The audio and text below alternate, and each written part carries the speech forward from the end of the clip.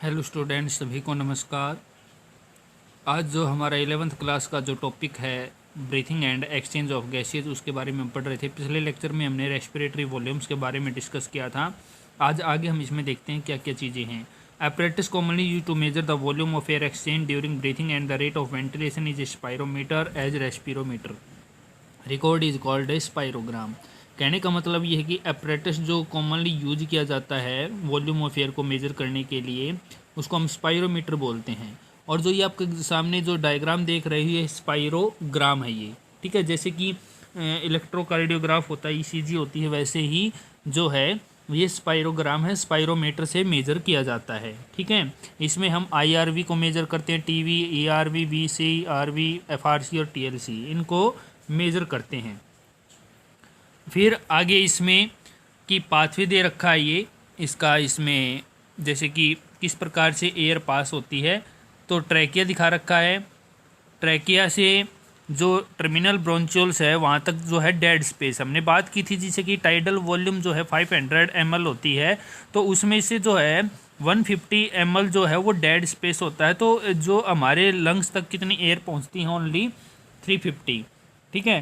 350 air lungs तक पहुँचती है, तो इसको डेड स्पेस बोलते हैं। इसमें लिख भी रखा है, इसमें no exchange of gases from nose to terminal bronchioles passage is called conducting passage और डेड स्पेस, इसको डेड स्पेस भी बोलते हैं।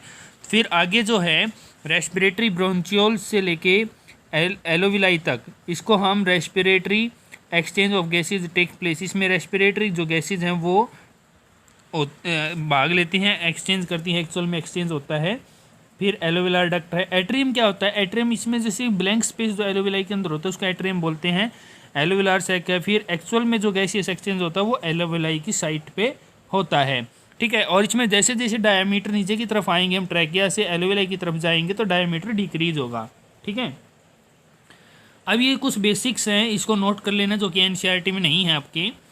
तो lungs lie in thoracic cavity on both side of heart in mid mediastinum space. कहने का मतलब ये कि हमारे जो थोरेसिक कैविटी है उसमें लंग्स होते हैं बोथ साइड, दोनों तरफ, और जो बीच में स्पेस होता है, ठीक है, जो बीच में स्पेस होता है उसको मीडियस्टेरेनम स्पेस बोलते हैं, ठीक है।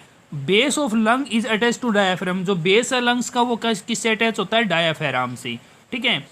फिर राइट लंग जो है वो डिवाइडेड होते हैं 3 लोब्स में, जैसे कि सुपीरियर, मिडल, इन्फीरियर, जबकि लेफ्ट लंग जो है वो डिवाइडेड होता है 2 लोब में, सुपीरियर एंड इन्फीरियर में।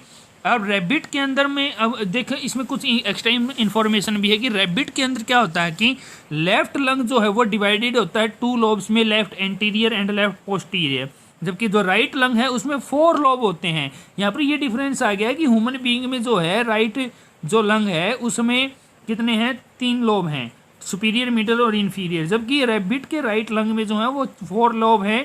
कौन से? Anterior azygos, right anterior, right posterior and posterior azygos, तो 4 लोब होते हैं उसके अंदर, रैबिट के अंदर, ठीक है। अब lungs of reptiles are more complex than those of amphibians. कहने का मतलब है जैसे कि इवोल्यूशन के हिसाब से बात करें तो एम्फीबियन से जो है रेप्टाइल ज़्यादा मतलब कॉम्प्लेक्स होते हैं, मतलब जो उनके लंग्स हैं वो वेल डेवलप्ड होते हैं एम्फीबियन से, रेप्टाइल के लंग्स जो होते हैं। जबकि जो बर्ड्स के लंग्स हैं वो सप्लीमेंटेड बाई इलास्टिक एयर से, जो बर्ड के लंग होते हैं उनके साइड में एयर सैक प्रेजेंट होते हैं एक्स्ट्रा एयर को स्टोर करने के लिए। वे क्या करते हैं? विच इंक्रीज रेस्पिरेटरी एफिशिएंसी, वो उनकी रेस्पिरेटरी एफिशिएंसी बढ़ा देते हैं, क्योंकि जब वो फ्लाई करते हैं तो उनको एनर्जी की ज़्यादा आवश्यकता होती है, इसलिए एक्स्ट्रा एयर जो है इलास्टिक एयर सैक जो बैग होते हैं उनके अंदर स्टोर हो जाती है और वहाँ से वो एयर ले लेते हैं, ठीक है। इसलिए अब जब रेस्पिरेशन रेट हाई होगा तो एनर्जी भी हाई मिलेगी, ठीक है। तो ये बात देखने की इसमें। Narrow superior portion of lung is termed as the apex और कैपुला। अब जो देखो ये लंग्स दिखा रखे हैं, इसमें देखो नीचे वाला जो पोर्शन इसका ब्रॉड है, चौड़ा है, ऊपर से नैरो पार्ट है, तो जो ऊपर वाला नैरो पार्ट है उसको क्या बोलते हैं? एपेक्स या कुपुला, ठीक है, कुपुला बोलते हैं भाई। अब ये देखिए जैसे कि इसमें एपेक्स दिखा रखा है जिसको कुपुला बोला गया है, लेफ्ट अपर लोब दिखा रखा है, ठीक है, लेफ्ट लोअर लोब दिखा रखा है, बेस ऑफ लंग डायाफ्राम हो गया, ठीक है। इसमें राइट की तरफ राइट लोअर लोब है, राइट मिडल लोब है, राइट अपर लोब है। और एक इसमें देखो ये इलम लिख रखा, इलम जो वर्ड है वो इलस से आया है। तो इलम का क्या अर्थ होता है कि यहाँ से जो जैसे कि प्राइमरी ब्रोंची है जो वो एंट्री कर रही है लंग्स में, तो यहीं से एंट्री करेगी। जितने भी नर्व हैं, जितने भी कैपिलरीज हैं, या फिर जितने भी इसमें आपकी ब्रांचेज हैं, ये सारी कहाँ से एंट्री करती हैं? इलम वाले पॉइंट से। और कहीं ओपनिंग नहीं होती लंग्स में, ठीक है, यहाँ से ये ओपनिंग होती है। ये इलस के थ्रू एंट्री करते हैं कौन? ये ब्रोंचस जो हैं प्राइमरी ब्रोंची, और प्राइमरी ब्रोंची जो है एंट्री करती हैं वो, ठीक है। अब मीडियस्टेनम क्या है? मीडियस्टीनम क्या है? Anatomical region located between the lungs. मैंने आपको बताया कि लंग्स जो है थोरेसिक कैविटी में प्रेजेंट हैं और उनके बीच में जो है हार्ट प्रेजेंट है, और इसके अलावा जो है इसमें इलस पोर्शन अब प्रेजेंट है, ठीक है। तो बीच वाला जो मिड पोर्शन है, दोनों लंग्स के जो बीच वाला मिड पोर्शन है उसको मीडियस्टीनम बोलते हैं, ठीक है। अब देखो इसने क्या बोला है, located between the lungs that contain all principal tissue and organ of the chest except the lungs. तो इस बीच वाले पोर्शन को हम क्या बोलते हैं? मीडियस्टीनम। और ये कहाँ से? It extend from the sternum. Sternum जो है आपकी जो चेस्ट की बोन होती है, ब्रेस्ट बोन भी बोलते हैं इसको, और फिर पीछे वर्टिब्रल कॉलम, यहाँ तक ये फैला होता है। और bounded laterally by the pericardium. Pericardium से बाउंडेड होता है। अब पेरिकार्डियम क्या है? पेरिकार्डियम जो वो मेम्ब्रेन होती है, पेरिकार्डियल मेम्ब्रेन जो हार्ट के ऊपर होती है, ठीक है। इसमें पेरिकार्डियल स्पेस होता है, पेरिकार्डियल स्पेस के अंदर हार्ट प्रेजेंट होता है।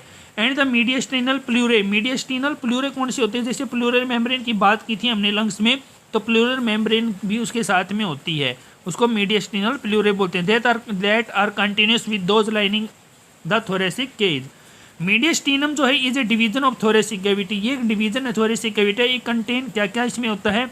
हार्ट प्रेजेंट होगा इसमें, बीच वाले हिस्से में थाइमस ग्लैंड, इसोफेगस जाएगी, ट्रैकिया जाएगा, और अदर स्ट्रक्चर यहाँ पर प्रेजेंट होंगे। ये देखिए, ये है मीडियस्टीनम।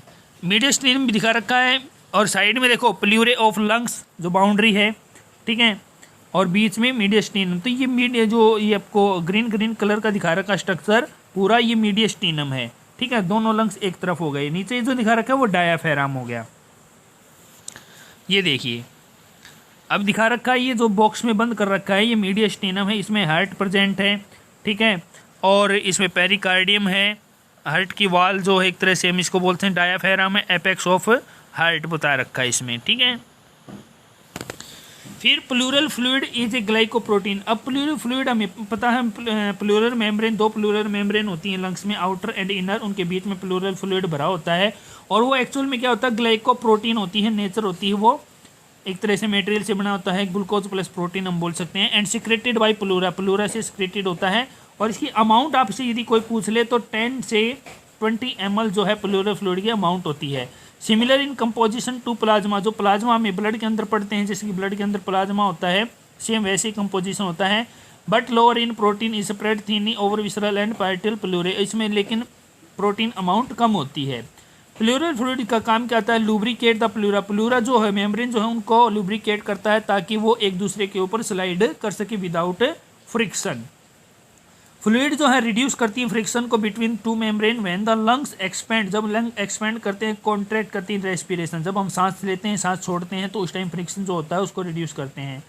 प्रेशर जो होता है प्लूरल कैविटी का वो नेगेटिव में होता है, जैसे कि जब हम सांस लेंगे तब ये प्रेशर क्रिएट होगा इनमें प्लूरल कैविटी में, तो वो कितना होता है? -5 mmHg, ठीक है, नोट कर लेना वे इनको।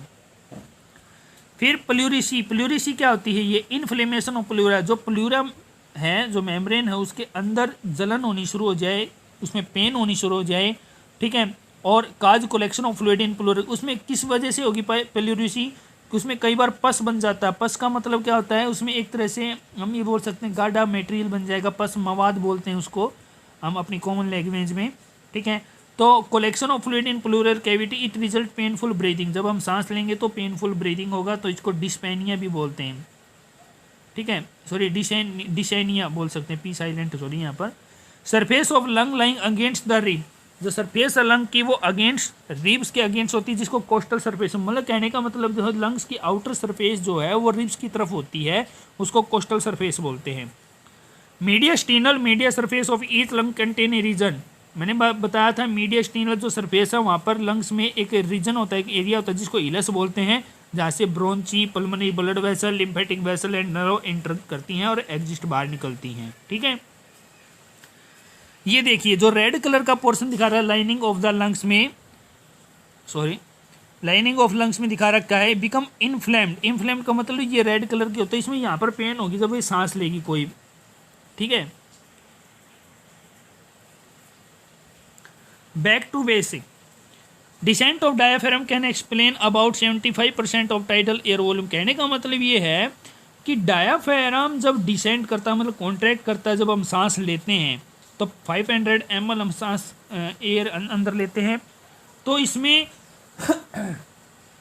डायाफ्राम का रोल कितना है। कहने का मतलब कि 75% डायाफ्राम का रोल है उसमें आपका वॉल्यूम को बढ़ाने में और प्रेशर क्रिएट करने में।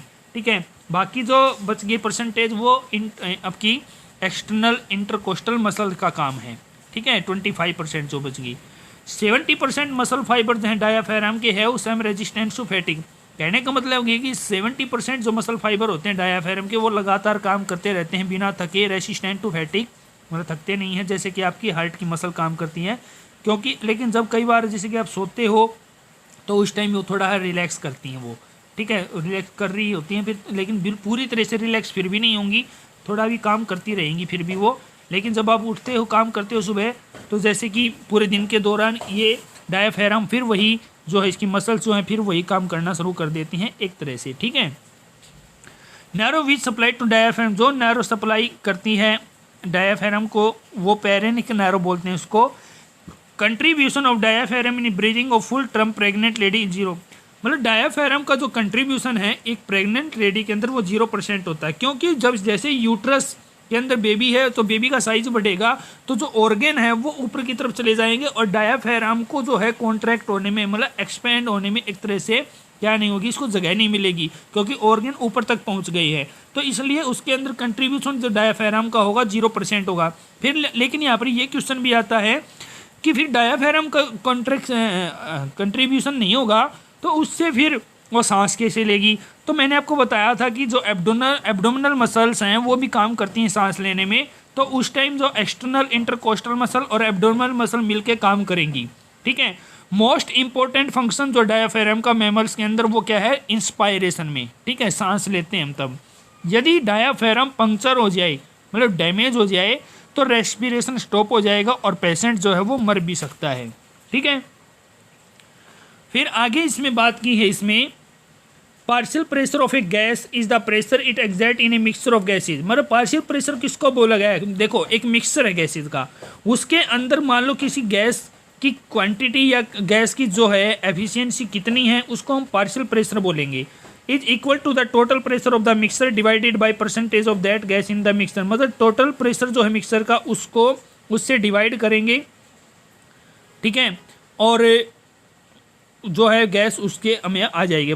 फॉर इंस्टेंस जैसे कि if the pressure of atmospheric air at sea level पे एटमोस्फेरिक प्रेशर कितना है 760 mm। ठीक है, मरकरी। लेकिन ऑक्सीजन एटमोस्फेयर में कितनी परसेंट होती है 21% हमें पता है। तो पार्शियल प्रेशर ऑक्सीजन का क्या होगा 21% डिवाइड का 760। ठीक है, तो 760 का 21% निकालेंगे तो कितना आ जाएगा, ये आपकी वैल्यू कितनी आ जाएगी, ये प्रेशर कितना आ जाएगा, पार्शियल प्रेशर 159 mmHg ऑक्सीजन का आ गया भाई ये। ठीक है, ऐसे ही कार्बन डाइऑक्साइड का निकालेंगे। अब कैसे निकालेंगे, 0.03 मल्टीप्लाई 760 और फिर डिवाइड बाई 100, तो उससे निकल जाएगा आपका कार्बन डाइऑक्साइड का। In other word the partial pressure of a gas is proportional to its concentration in the mixer. जो पार्शियल प्रेशर गैस का वो प्रोपोर्शनल होता है कंसंट्रेशन इन द मिक्सर, मतलब मिक्सर के अंदर कितनी कंसंट्रेशन है उस गैस की। ठीक है, तो ये कुछ बेसिक्स बातें थी, ये आपको नोट करनी है। ठीक है, याद करनी है, लिखनी है, नोट्स बनाने हैं आपको। ठीक है, जहाँ पर डायग्राम की रिक्वायरमेंट हो डायग्राम बनाना है। ठीक है, तो आज के लेक्चर में इतना ही, बाकी नेक्स्ट क्लास में पढ़ेंगे। Thank you to all of you, have a nice day.